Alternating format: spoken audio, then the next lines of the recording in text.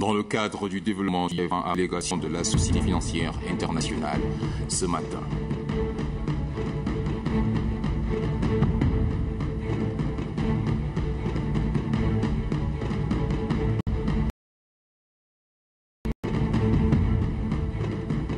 Après l'acte projet Business Plan s'étalera sur l'ensemble du pays. Contre la désertification, le ministre du Commerce exhorte les acteurs impliqués dans le commerce du bois de chauffe à respecter les lois en vigueur pour éviter la déforestation.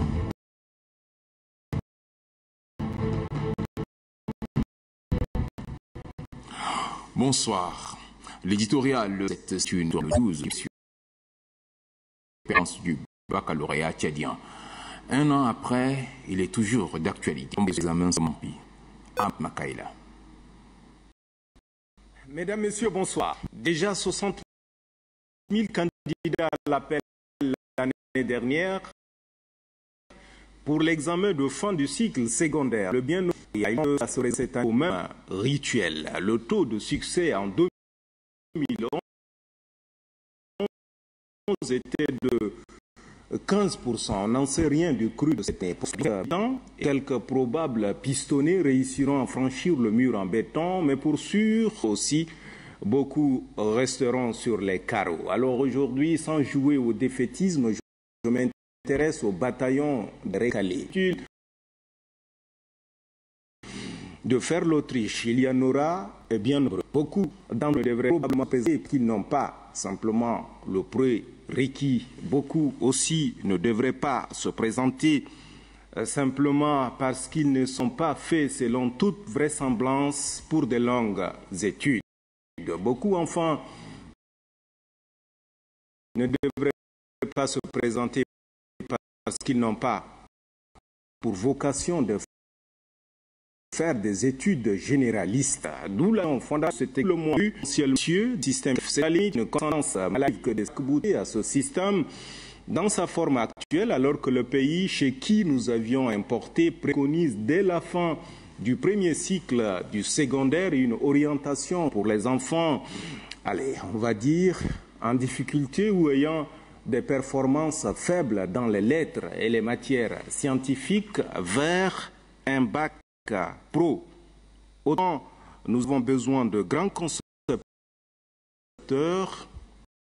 des experts, autant nous avons besoin des pistes, tout autant nous avons besoin des techniciens des surfaces. Le système est une pyramide, il marche ainsi. C'est bien et gratifiant de faire de belles et longues études, mais encore faudra-t-il avoir les prédispositions et le tout doit se faire en adéquation à nos politiques cohérentes du triangle de formation. Mais à quand alors la réforme du baccalauréat? Dans tous les cas, il n'est plus ce qu'il était. Il est à lui seul le baromètre dans lequel il est possible de mesurer l'école tchadienne est malade et sous perfusion. Qu'elle est d'une complexe et difficile maladie, et puisque l'école est à la base, détermine tout le reste, par exemple de méthase, c'est toute la société qui en ressent le contre-coup. Sinon, comment expliquer autrement ces dérives préjudiciables qui sont constatées auprès des jeunes gens, paradoxalement, de toutes les séries confondues, qui affluent vers les diplômes de comptabilité finance, comme si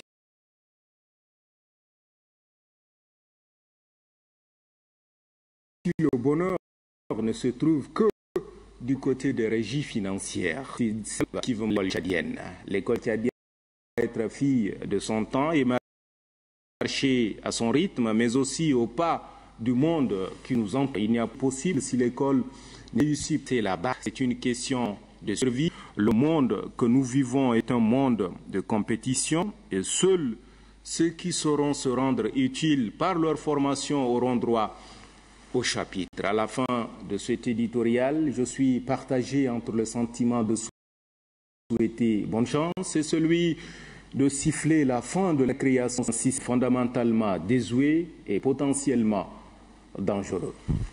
Vivement. Lundi prochain. Je vous le disais, c'est une rediffusion.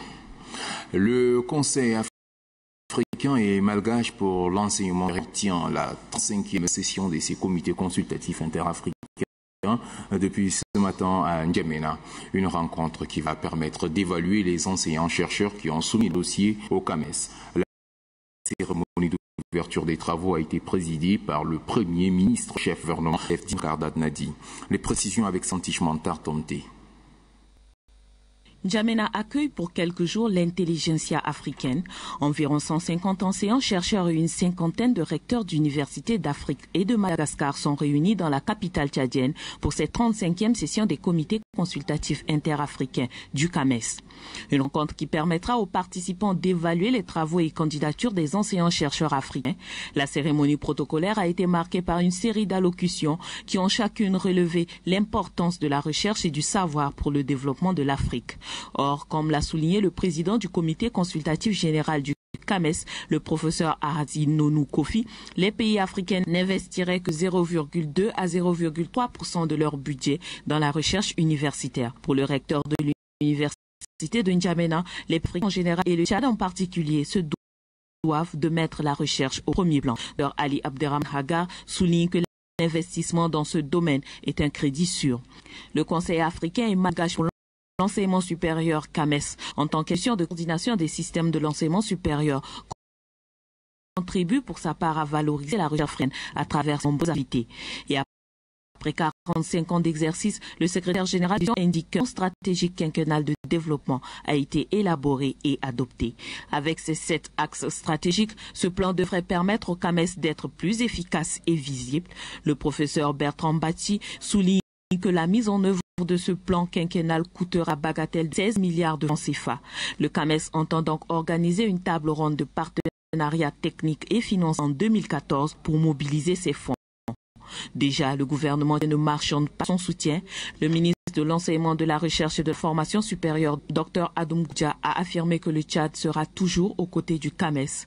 Un soutien fortement apprécié et salué tout au long de la cérémonie qui a été présidée par le Premier ministre Dimrangar Dadnadi Joseph. Je vous invite à suivre à présent un extrait de l'allocution du chef du gouvernement lors de cette cérémonie d'ouverture des travaux de la 35e session des comités consultatifs interafricains du CAMES. L'exercice de l'enseignement et de recherche et de pratique anciennes républicains malgré les retards pris dans ce domaine. Je voudrais rassurer la communauté universitaire tchadienne que le gouvernement ne mènera aucun triomphe de l'excellence en apportant l'appui nécessaire et indispensable au rayonnement de la science. L'engagement entre une vision globale de son excellence sur le président de la République, Idriss Déby Itno, qui entend faire de ce pays une plateforme d'échange de qualité entre l'intelligence africaine. Nous sommes convaincus que nos objets poursuivis par vos assises permettront à nos pays de mieux renforcer nos capacités en ressources humaines. On notera qu'avec le rythme actuel aux créations des universitaires et d'écoles normales supérieures, le besoin de qualifier est naturellement très pressant. Cependant, il n'est nullement mis qualifié au rabais en normes et des standards internationaux. La qualité de nos cadres est un gage certain du rang que l'Afrique pourra occuper dans l'économie mondiale. Le Tchad qui vous accueille est engagé dans différentes manifestations de solidarité africaine. En pleine actualité, nous sommes en train d'entrer avec la MISMA et de sortir du Mali avec la MISMA dans le cadre de la gestion de la crise politico-sécuritaire qui avait failli emporter ce pays frère et ami. Nous sommes toujours en République centrafricaine. Nous sommes partout présents là où nous estimons que le salut de l'Afrique est tributaire de la solidarité entre les États qui la composent. Le président, la solidarité qui sous-tend sa lutte permanente pour le peuple tchadien doit trouver un prolongement naturel dans les actions de coopération politique, scientifique, culturelle et technique. Je voudrais donc réaffirmer ici que le soutien auquel le CAMES est en droit d'attendre du gouvernement du Tchad ne fera pas défaut. Les ambitions des plus hautes autorités du pays est de faire du Tchad un pays émergent à l'horizon 2025. Mais les seuls gouvernements ne suffisent pas. Le privé est aussi sollicité. Dans cette optique, le chef du gouvernement a reçu une délégation de la Société financière internationale, Assirana Batingar. L'émergence du Tchad à l'horizon 2025 devrait donner une unité avec le seul effort du gouvernement. Conscient de cet état de choses, le président de la République, Idriss Déby Itno, a reçu en marge de la conférence internationale sur le développement de l'Afrique tenue en juin dernier à Tokyo, les membres de la Société financière internationale pour le Tchad. Cette visite fait donc suite à cette invitation du chef de l'État. Spécialisée dans le financement du secteur privé, cette branche de la Banque mondiale est venue sur du climat d'affaires au Tchad et présenter ses offres aux opérateurs économiques. C'était l'occasion tout indiquée pour le Premier ministre, entouré pour la circonstance des spécialistes en la matière, de dévoiler à ses interlocuteurs toutes les ambitions que le chef de l'État et son gouvernement nourrissent pour le secteur privé dans le cadre de la renaissance et de l'émergence du pays d'ici à l'horizon 2025. Des gages d'investissement rentables ainsi que les atouts du secteur privé tchadien ont été donnés aux financiers, toujours très regardants en la matière. Et c'est tout heureux que le chef de la délégation, Rachad Kaldani, est sorti de cette audience. Et je vois de progrès dans le pays, pour voir comment employer plus, surtout pour le développement du secteur privé ici, au Tchad, et pour améliorer le climat d'investissement. On a un service conseil et aussi on finance des projets pour appuyer les petites et moyennes entreprises, infrastructures et secteur services. À en croire une source parmi la délégation, les crédits sont disponibles. Il appartient au gouvernement d'améliorer l'environnement des affaires et aux opérateurs économiques d'être ingénieux, créateurs et incitatifs dans le projet. La Jeune Chambre internationale, en collaboration avec le ministère de microcrédit pour la promotion de la femme et de la jeunesse, a animé ce matin à N'Djamena une conférence de presse. Cette conférence est axée sur les objectifs de cette chambre en faveur de la jeunesse. Maral et Joséphine. La Jeune Chambre internationale a dévoilé au cours de cette conférence de presse ses ambitions en faveur de la jeunesse pour l'année en cours. Le président national de la JCI, Cyprien Togodombaï, en présentant son association, a relevé que les réalisations sont rendues visibles. Ceci grâce au triple partenariat qui lie son organisation au gouvernement, la Chambre de commerce, d'industrie, d'agriculture, de mines et d'artisanat CECIAM et à l'initiative pour la transparence dans les industries extractives ITIE. La Jeune Chambre internationale entend toucher les jeunes sur l'ensemble du territoire.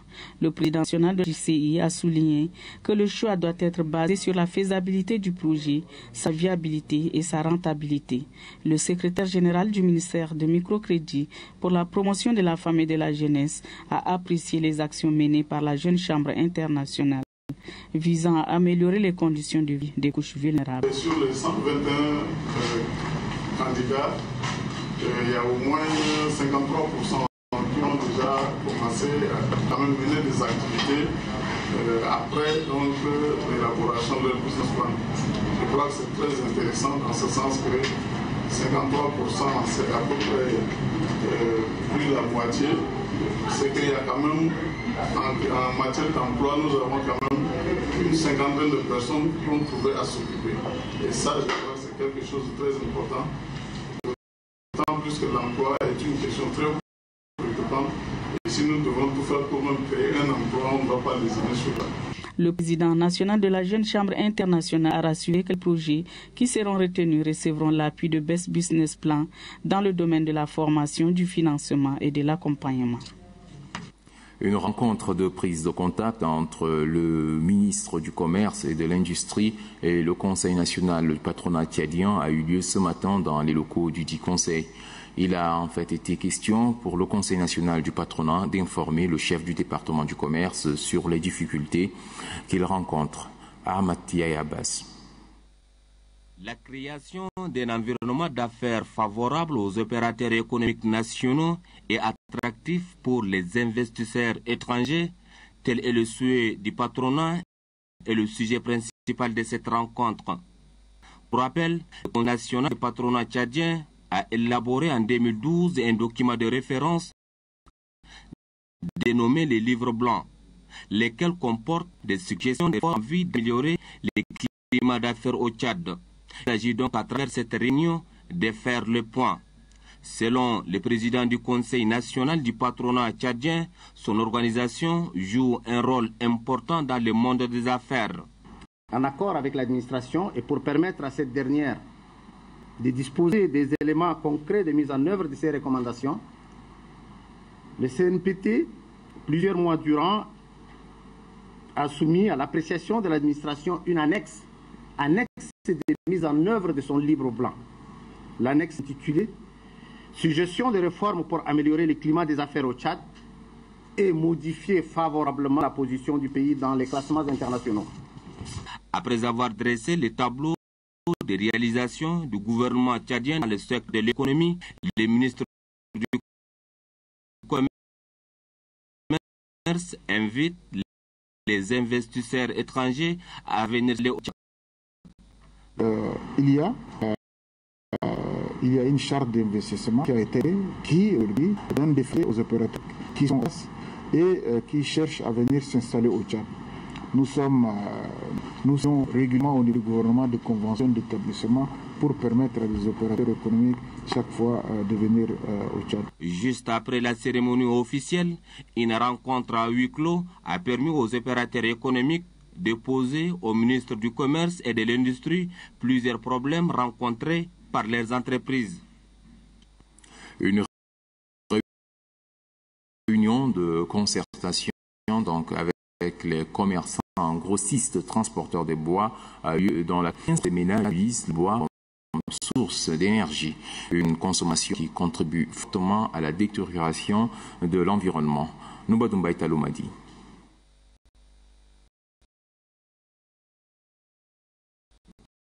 Des contacts et des concertations s'amplifient entre le syndicat des transporteurs de bois morts et le ministère de l'Environnement en vue des zones homologuées des bois et commercialisation des bois morts. Arriver à zéro bois de chauffe est impossible, reconnaît le premier responsable du département.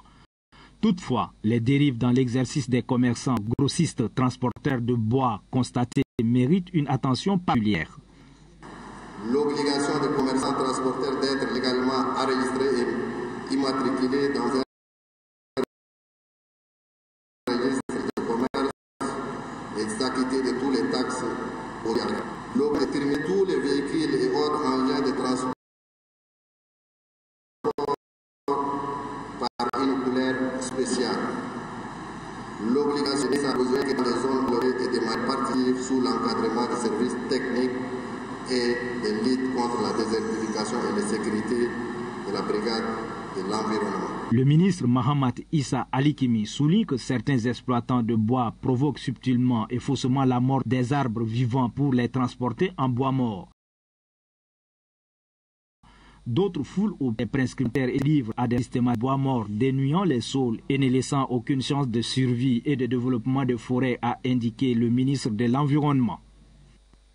L'Agence pour l'énergie domestique et l'environnement vient de distribuer dans les régions de Hadjar Lamis et du Cheikh-Ibagirmi des plans. Une manière pour cette agence d'impliquer les populations dans la lutte contre la désertification. Digbo Hubert. L'Agence pour l'énergie domestique et l'environnement œuvre pour la lutte contre la désertification. La mission de sensibilisation effectuée par les membres de cette organisation à Massakouri, chef-lieu de la région de Hadjar Lamis, a pour objet d'amener la population à un changement de comportement en vue de barrer la route au désert qui avance à grands pas. Ceux-ci ont remis plusieurs plans à la population pour la création des espaces verts dans la localité. Un don apprécié à sa juste valeur par le secrétaire général de la région de Hadjar Lamis qui affirme que la protection de l'environnement est l'affaire de tous. À la Fouza Barkaye d'ajouter que le projet de la vision politique du gouvernement en matière de l'environnement. Après Adier Lamis, la mission de l'Agence pour l'énergie domestique et l'environnement a mis le cap sur l'INIA dans le Chariba Girmi. Ici, c'est le sous-préfet adjoint Adou Moussafa Mahamat qui a réceptionné les plans destinés à sa localité. Le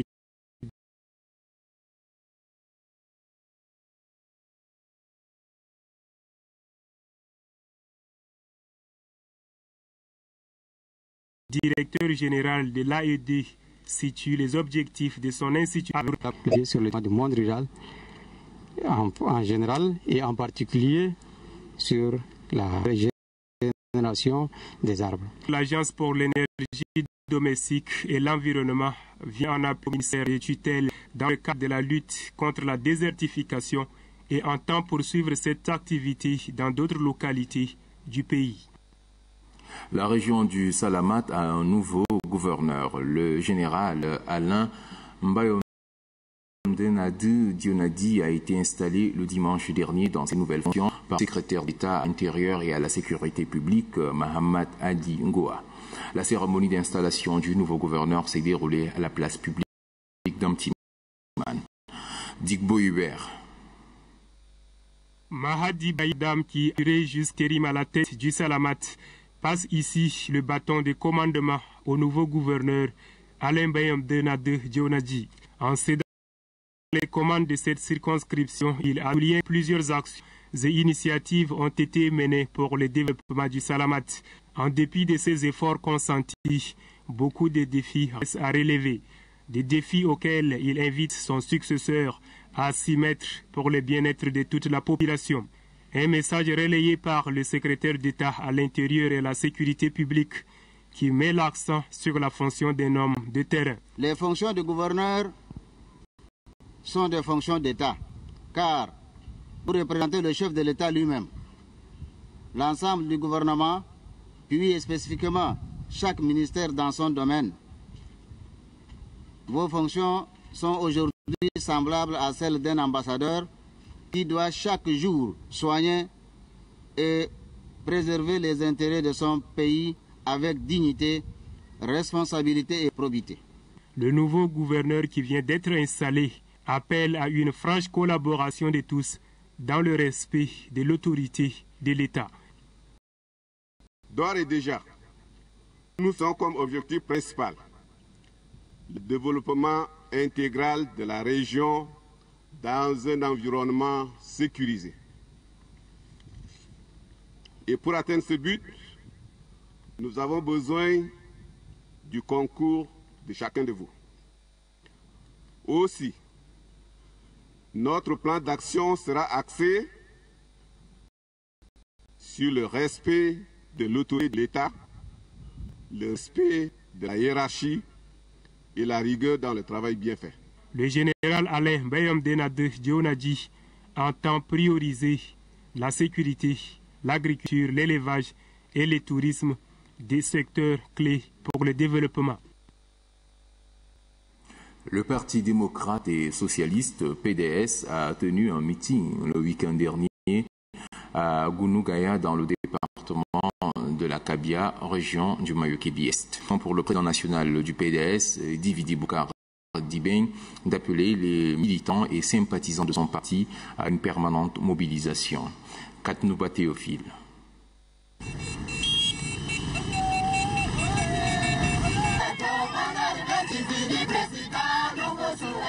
L'arrivée de la délégation du bureau national du Parti démocrate et socialiste PDS dans la sous-préfecture de Gounugaya a engendré une véritable scène de liesse au sein des militants et sympathisants du parti. Porté en triomphe parade, le président national du PDS Dividi Bardibeng a tenu à exprimer sa gratitude ceci avant de se diriger à la place publique où est prévu le meeting. Occasion pour le président d'organisation Tina de remercier les militants et militantes pour leur mobilisation et souhaiter la bienvenue à la délégation venue de la capitale. Le commissaire politique de la région du Moyo-Kébi-Est, Adormatna Ezaï, a exhorté ses camarades à intensifier davantage la sensibilisation des proximités afin de faire de Gounugaya le fief du Parti démocrate socialiste. Quant au président du PDS, Dividi Boukar Dibeng, il a tout d'abord rejeté la balkanisation des écoles normales des instituteurs qui ne contribue ni à la cohésion pacifique, ni à la formation de qualité. Car, dit-il, le pays ne dispose pas assez des enseignants formés pour assurer une formation de qualité à ses élèves et étudiants. Il plaide plutôt pour la création de pôles de formation. Des sciences électorales pointent à l'horizon. Nous devons dès à présent nous préparer pour avoir des élus qui soient les nôtres. Parce que si on veut, n'est-ce pas, nous disons que nous sommes contre, n'est-ce pas, la violence. Nous sommes la force de l'argument. Nous devons travailler dans la sensibilisation pour amener, n'est-ce pas, tout le monde à nous voter massivement. Le PDS à l'Assemblée va briller. Je vous dis, le PDS à l'Assemblée va briller.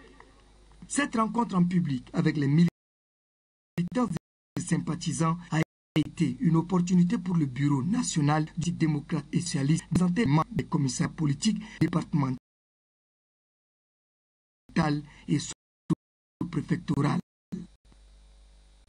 Avant de boucler ce message du sultan d'Oran, Qaboos bin Saïd a son homologue Idriss Déby Itno, président de la République du Tchad. Son Excellence Idriss Déby Itno, président de la République du Tchad, N'Djamena. À l'occasion du mois Saint-Ramadan, nous avons le plaisir d'adresser à votre Excellence nos sincères salutations, tout en le Tchadien pour que la prospérité continue. Nous demandons à Allah, le Tout-Puissant, d'accorder sa grâce à tous les musulmans. Qaboos bin Saïd, sultan d'Oman. Voilà, mesdames et messieurs, ici s'achève cette édition du journal. Merci de l'avoir suivi.